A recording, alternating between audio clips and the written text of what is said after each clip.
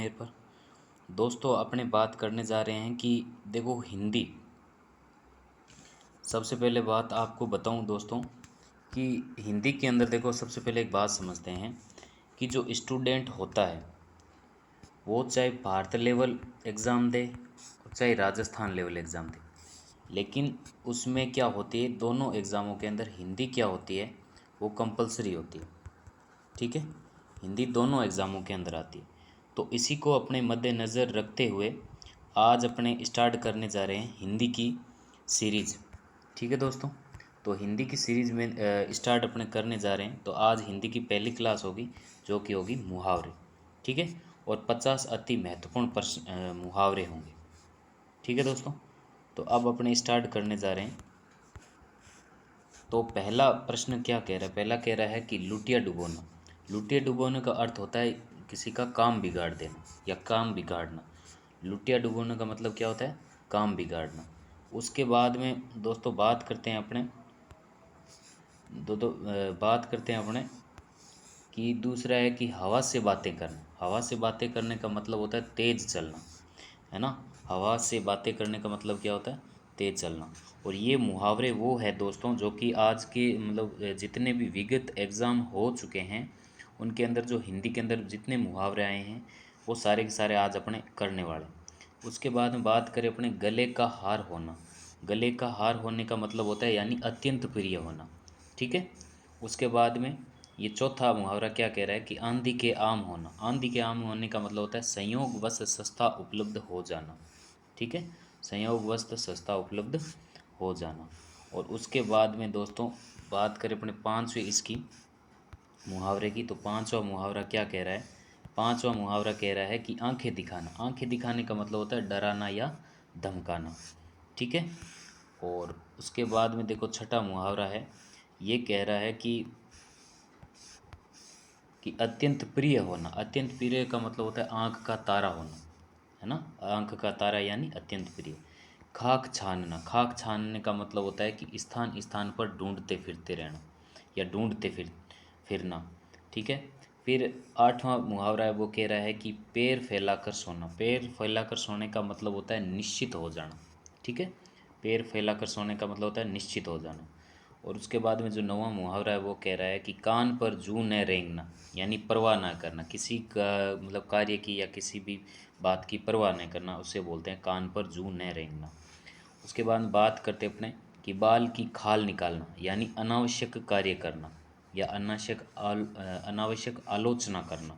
ठीक है, इसका क्या होगा कि बाल की खाल निकालना। बाल की खाल निकालने का मतलब क्या हो जाएगा कि अनावश्यक क्या करना, आलोचना करना। ठीक है दोस्तों, उसके बाद में देखो 11वां जो मुहावरा है वो अपने को क्या कहना चाहता है, वो कहना चाहता है कि आंसू पोंछना। आंसू पोंछने का मतलब दोस्तों होता है कि दुखी आदमी को ढांढस बंधाना। ठीक है, आंसू पोंछने का मतलब क्या होता है, दुखी आदमी को ढांढस बंधाना। और उसके बाद में नेक्स्ट कह रहा है कि गंगा नहाना। गंगा नहाने का मतलब होता है कठिन कार्य को पूरा करना या कठिन कार्य पूरा हो जाना, उसे बोलते हैं अपने गंगा नहाना। अक्ल के घोड़े दौड़ाना। अक्ल के घोड़े दौड़ाने का मतलब होता है थोथी कल्पनाएं करना। ठीक है, थोथी कल्पनाएं करना। उसके बाद में अगला जो मुहावरा है वो कह रहा है कि अक्ल का दुश्मन। अक्ल का दुश्मन का मतलब होता है महामूर्ख। ठीक है, अच्छा 15वां जो ये मुहावरा है वो कह रहा है अक्ल पर पत्थर पड़ना, यानी मती मारी जाना। इसका अर्थ क्या होगा, मती मारी जाना। उसके बाद दोस्तों बात करते हैं अपने नेक्स्ट मुहावरे की। तो नेक्स्ट देखो मुहावरा क्या कह रहा है, नेक्स्ट मुहावरा कह रहा है कि अपना उल्लू सीधा करना, यानी मतलब निकालना।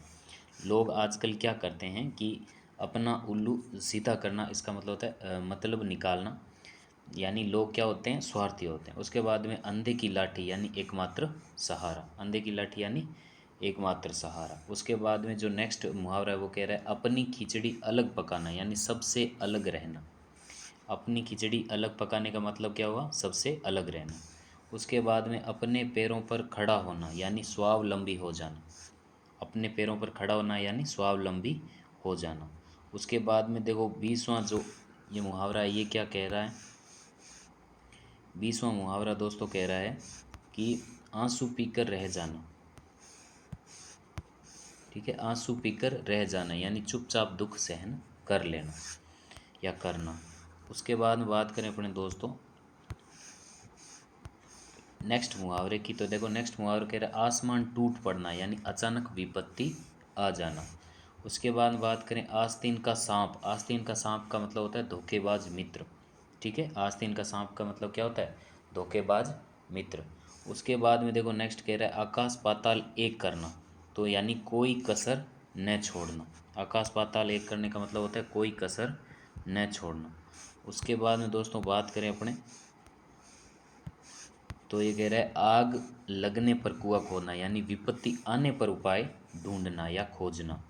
उसके बाद बात करें अपने ईद का चांद होना। ईद का चांद का मतलब होता है बहुत दिनों बाद दिखाई देना।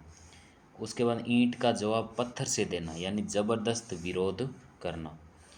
उसके बाद में देखो नेक्स्ट क्या हो रहा है, नेक्स्ट अगला जो मुहावरा है वो अपने को क्या कह रहा है? ये कह रहा है कि उल्टी गंगा बहाना यानी रीति के विरुद्ध कार्य करना। उल्टी गंगा बहाने का जो मुहावरा है उसका अर्थ होगा रीति के विरुद्ध कार्य करना। उसके बाद बात करें उंगली पकड़कर पहुंचा पकड़ना, है ना। उंगली पकड़कर पहुंचा पकड़ने का मतलब होता है आश्चर्य पाकर, ठीक है, आश्चर्य पाकर अधिकार जमाना। उसके बाद में उंगली उठाना, उंगली उठाने का मतलब हो जाएगा आरोप लगाना। ठीक है, उसके बाद में देखो दोस्तों आगे के जो मुहावरे हैं वो क्या कह रहे हैं अपने को? ये कह रहे हैं उड़ती चिड़िया पहचानना यानी चालाक होना। उड़ती चिड़िया पहचानना यानी चालाक होना। और उसके बाद में देखो कान भरना। कान भरने का मतलब होता है चुगली करना। कान भरने का मतलब होता है चुगली करना। कानों में तेल डालकर बैठना यानी किसी भी बात नहीं सुनना, किसी की भी बात नहीं सुनना, इसका मतलब होता है कानों में तेल डालकर बैठ जाना। कट्टे पर नमक छिड़कने का मतलब होता है दुखी को और दुखी करना। ठीक है, उसके बाद में देखो दोस्तों नेक्स्ट जो मुहावरा है ये क्या कह रहा है? ये जो मुहावरा है ये कह रहा है कि कलेजा मुंह को आना यानी घबरा जाना, घबरा जाना। उसके बाद में देखो कलेजे का टुकड़ा यानी बहुत प्रिय पुत्र। कलेजे का टुकड़ा यानी बहुत प्रिय पुत्र। फिर कान का कच्चा होना यानी हर किसी की बात का विश्वास कर लेना। ठीक है, उसके बाद कान पर जूं न रेंगना, ये वापस रिपीट हो गए दोस्तों। बेपरवाह अथा संवेदनहीन होना। ठीक है, उसके बाद दोस्तों बात करें अपने नेक्स्ट क्वेश्चन की, तो ये क्वेश्चन देखो कह रहा है मुहावरा, कह रहा है कि काठ का उल्लू यानी महामूर्ख होना। काठ का उल्लू का मतलब क्या होता है? महामूर्ख होना। और कोल्लू का बैल होना यानी कड़ी मेहनत करना। कोल्लू का बैल यानी कड़ी मेहनत करना। उसके बाद में देखो दोस्तों